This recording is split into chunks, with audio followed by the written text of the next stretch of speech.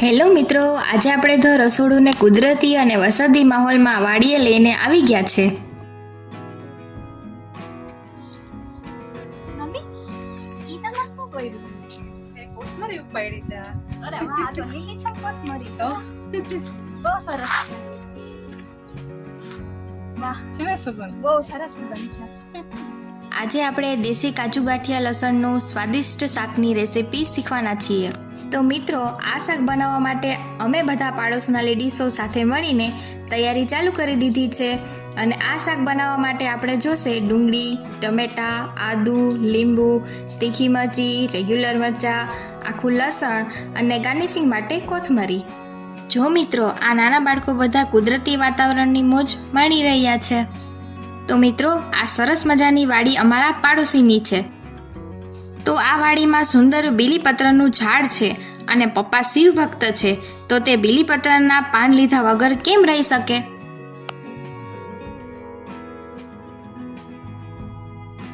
હવે આપણે ભઠ્ઠો પેટાવી રેસીપીની તૈયારી ચાલુ કરશું. તો સૌ પ્રથમ આપણે ઘીમાં કાજુ ગોલ્ડન બ્રાઉન થાય ત્યાં સુધી ફ્રાય કરી લેશું. કાજુ ફ્રાય થઈ ગયા બાદ પ્લેટમાં કાઢી લેશું. ત્યારબાદ તપેલીમાં તેલ નાખશું અને ત્યાર પછી તેમાં લીમડો, સૂકા લાલ મરચાં, તમાલપત્ર, બાદિયાના ફૂલ, તજ, લવિંગ અને હિંગ નાખીને વઘાર કરી લેશું.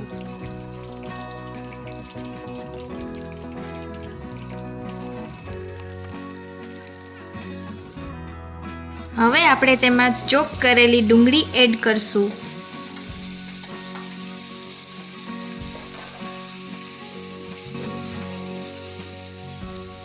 ત્યારબાદ જરૂર મુજબ લીલી મરચી એડ કરશું અને રેગ્યુલર મરચાં એડ કરશું. જો તમારા ઘરમાં તીખું ના ખવાતું હોય તો તમે લીલી મરચી સ્કીપ કરી શકો છો. પણ મિત્રો, આ વાડીનું દેશી શાક ખાવામાં તીખું હોય તો જ ખાવાની મજા પડે.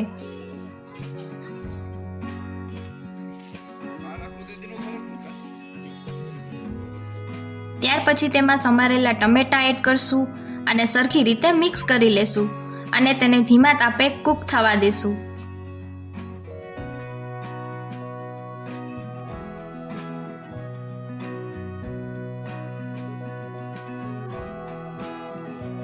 હવે આ ગ્રેવીમાં આપણે હળદર, મીઠું, લાલ મરચું પાવડર, ધાણા જીરું નાખીને ગ્રેવીને મિક્સ કરી અને ચડવા દેશું.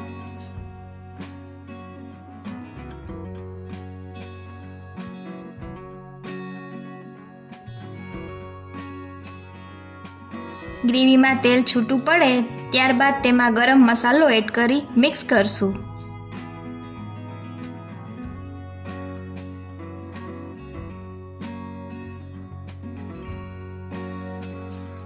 ત્યારબાદ તેમાં આપણે ગ્રેવીમાં ગળાશ માટે ગોળનો ઉપયોગ કરશું અને વ્યવસ્થિત મિક્સ કરશું. આ દેશી શાકમાં આપણે ગોળનો ઉપયોગ કરીએ છીએ, એનાથી આપણા શાકનો ટેસ્ટ એકદમ સરસ આવશે. હવે આ ગ્રેવીમાં છીણેલું આદું એડ કરીને મિક્સ કરશું. ત્યાર પછી જરૂર મુજબ પાણી નાખી ગ્રેવીને સરસ રીતે ચડવા દેશું.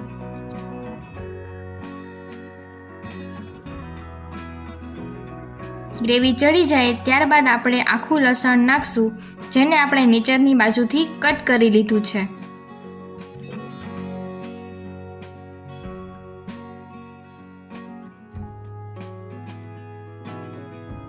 હવે આપણે તેમાં મિક્સ ચવાણું એડ કરશું.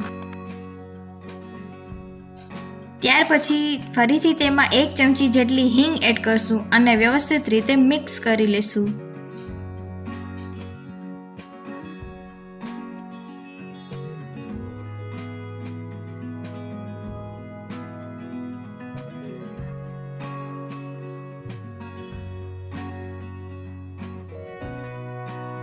હવે તેમાં આપણે દૂધ એડ કરશું. જો તમારી પાસે પનીર ન હોય તો તમે દૂધ નાખીને પણ બનાવી શકો છો, જે પનીરનું કામ કરે છે.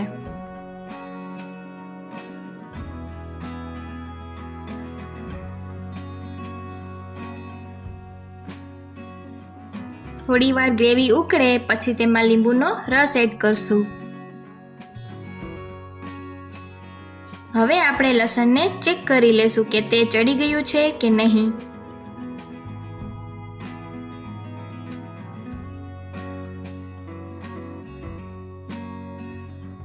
તો મિત્રો, આપણું લસણ સરસ ચડી ગયું છે. તો તેમાં આપણે ફ્રાય કરેલા કાજુ એડ કરશું અને મિક્સ કરી લેશું.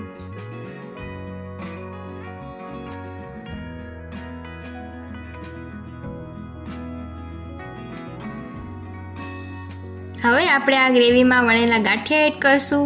તમે તેમાં ભાવનગરી કે કોઈ પણ બીજા વણેલા ગાંઠિયાનો ઉપયોગ કરી શકો છો. ત્યારબાદ તેમાં કોથમરી નાખી શાકને મિક્સ કરી લઈશું.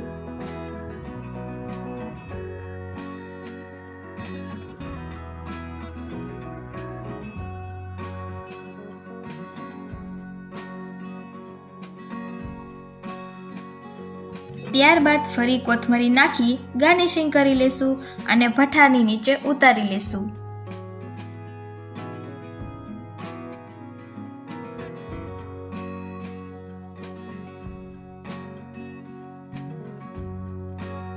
તો ફ્રેન્ડ્સ, આપણું આ સરસ મજાનું કાઠિયાવાડી કાજુ ગાંઠિયા લસણનું શાક બનીને તૈયાર છે. ત્યારબાદ આ ભઠ્ઠામાં આપણે પાપડ શેકી લીધા છે અને આ શાક આપણે બાજરાનો રોટલો અને બ્રેડ સાથે ખાઈ શકીએ છીએ. તો મિત્રો, તમે જોઈ શકો છો બધા લોકો વાડીમાં દેશી શાકની મોજ માણી રહ્યા છે. તો આ રેસીપી તમે ઘરે જરૂરથી એકવાર ટ્રાય કરજો. તો તમને અમારી રેસીપી ગમી હોય તો લાઈક કરો, શેર કરો અને સબસ્ક્રાઈબ કરો અને બેલ આઇકન દબાવવાનું ભૂલશો નહીં.